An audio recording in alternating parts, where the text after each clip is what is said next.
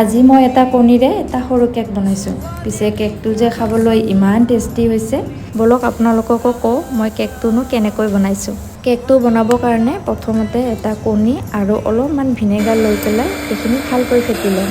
কেকটো ভাল হ'ব নে বেয়া হ'ব এই গোটেইখিনিয়ে পিছে নিৰ্ভৰ কৰে কণীখিনিৰ ফেটাৰ ওপৰত, গতিকে কণীখিনি ভালকৈ ফেটি ল'ব লাগে।